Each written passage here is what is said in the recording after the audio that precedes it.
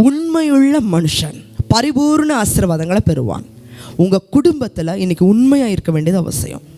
இன்றைக்கி மனைவிக்கு தெரியாமல் கணவன், இன்றைக்கி பல மனைவிகளுக்கு கணவனோட சம்பளம் என்னன்னே தெரியாது. கணவன் வாங்குகிற சம்பளம் ஒன்றா இருக்கும், வீட்டில் கொடுக்கறது ஒன்றா இருக்கும்.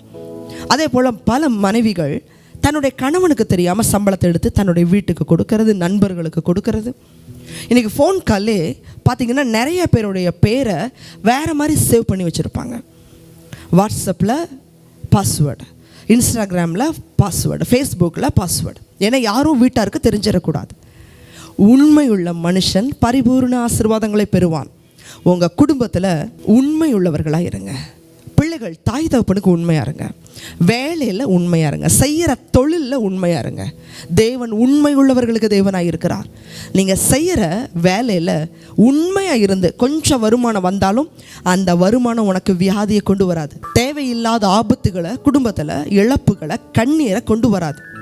அநியாயமாய் வருகிற பணம், வேலையில் உண்மை இல்லாமல் இருக்கிறது, லஞ்சத்தினால் வர பணம், தொழிலில் செய்கிற கலப்படம், இன்றைக்கி நம்மளை நம்பி வாங்குறாங்க. நீங்கள் ஒரு பால் வியாபாரம் பண்ணலாம், ஒரு சின்ன வியாபாரமாக இருக்கலாம், பெருசாக இருக்கலாம். அதில் கலப்படங்களை பண்ணி அதிக லாபத்தை சம்பாதிச்சு வியாதிக்கு நம்ம கொட்ட வேண்டாம். உண்மை உள்ளவர்களை தேவன் ஆசீர்வதிக்கிறார். ஊழியத்தில் உண்மை. இன்றைக்கி அநேகர் பொருத்தனை செய்வாங்க. தேவன் அந்த ஜெபத்தை கேட்டதுக்கு பிறகு அந்த பொருத்தனையை மறந்துடுவாங்க. பொருத்தனை செய்கிறீங்களா? எழுதி வைங்க. நீங்கள் தேவனுக்காக எதை நேர்ந்து கொண்டாலும் அதை நீங்கள் செய்யாமல் போனால் தேவன் நம்மளோட கையின் பிரயாசங்களை தேவன் தடுப்பார். அது நமக்கு கண்ணியாக மாறும்.